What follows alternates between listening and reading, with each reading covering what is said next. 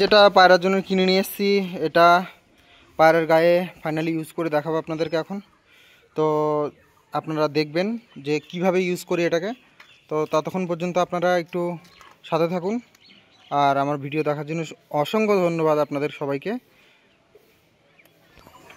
এই যে বন্ধুরা, এটা আজকে আপনাদের ইউজ করে দেখাবো যে কীভাবে ইউজ করে।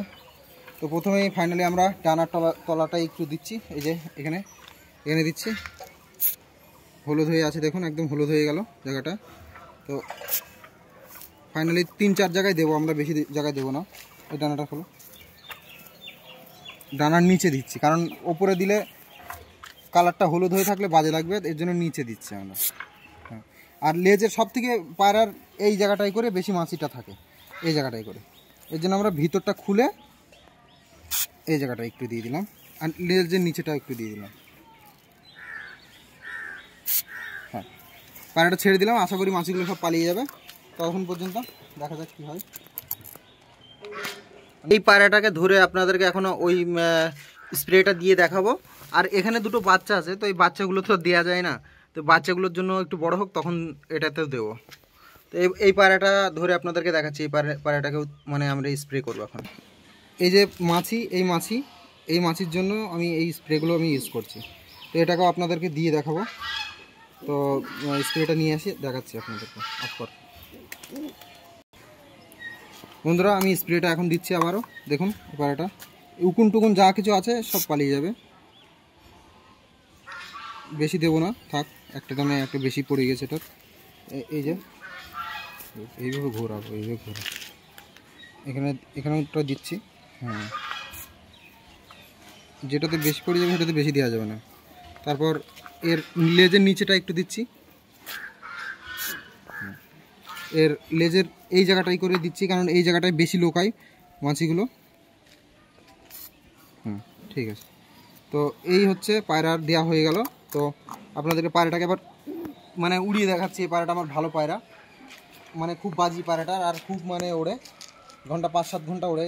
এই ব্লাডের লাইনের পায়রাগুলো আমার যতগুলো আছে, এই গলা কালো লাইনের, মানে এই গিরিবাজ পায়রা।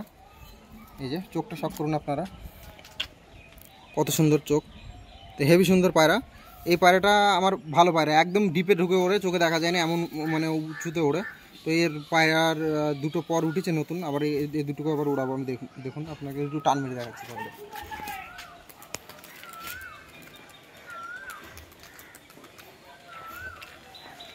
একটা পায়রা এসছে, একটা পায়রা এসছে, একটা পায়রা এসছে।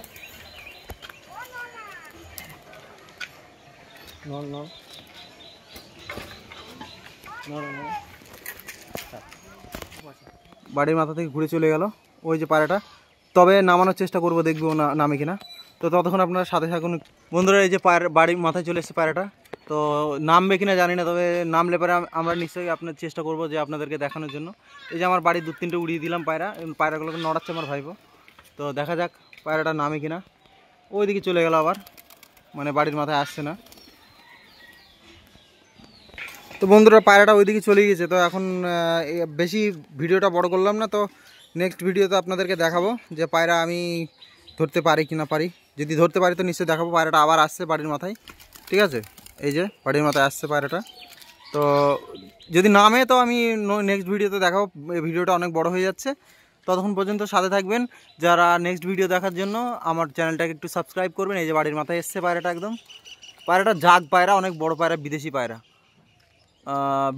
এটা সারানপুরি হবে হয়তো, কিন্তু পায়রাটা অনেক বড় পায়রা। তো নামবে না মনে হচ্ছে, কিন্তু বাড়ির মাথায় পাক দিচ্ছে। দেখা যাক কি হয়। তো পায়রাটাকে আপনাদের দেখাবো, ততক্ষণ পর্যন্ত সাথে থাকবেন বন্ধুরা। ভিডিওটাকে সাবস্ক্রাইব করে পাশে থাকবেন। আল্লাহ হাফিজ, ততক্ষণ পর্যন্ত বাই।